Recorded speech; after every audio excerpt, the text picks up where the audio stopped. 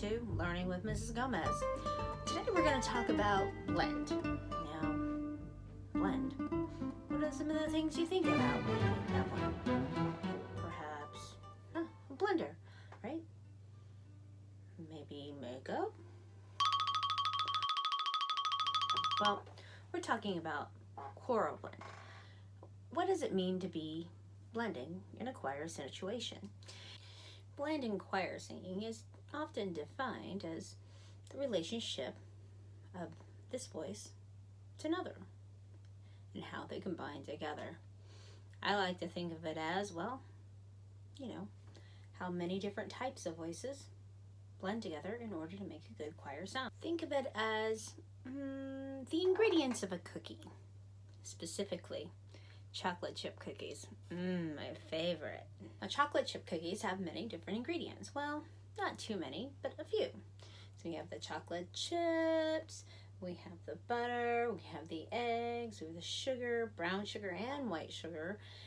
We have baking soda, all these different kinds of ingredients, and of course, flour, salt, and vanilla. All right, let's talk chocolate chips. These are the solo voices. Think of the person who you think of as the most amazing voice you've ever heard. The ones that open their mouths and leave us with our jaws hanging. When I think of chocolate chip voices, I think of the kids I see on America's Got Talent.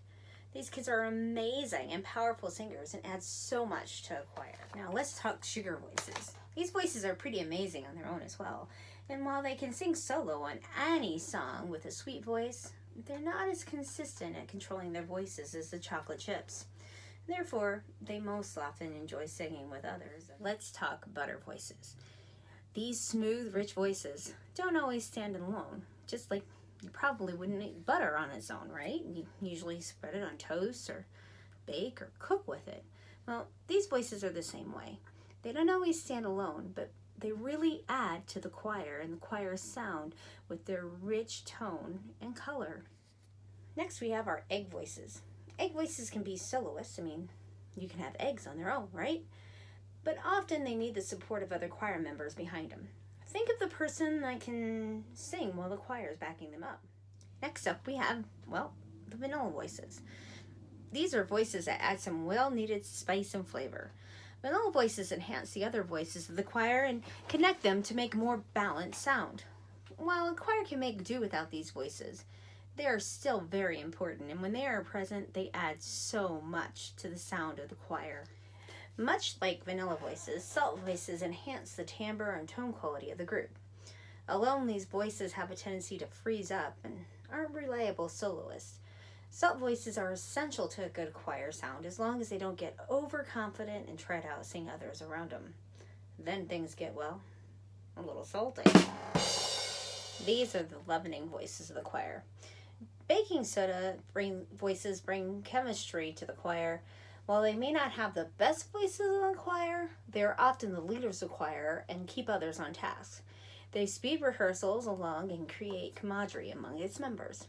Lastly, we have, the flower voices. Pretty much everyone else in the choir. Alone, they're able to match pitch and they sound good, but they prefer not to be in the spotlight. These voices are the ones that hold all the others together. And think about it. You can't have a cookie without flour, whether it's rice flour, coconut flour, gluten-free flour. You still need flour in order to make the cookie come together. No matter what the type, without them, the choir just won't be, a choir. A choir needs these voices to bring everything together to make a wonderful sound. Now, the whole purpose is, in order to make a good chocolate chip cookie, you need all of these things. And in order to have a good choir, and in order to have good choir blend, you need to take all these ingredients, and you need to take all these things, and you need to blend them together so that you get an excellent choir sound.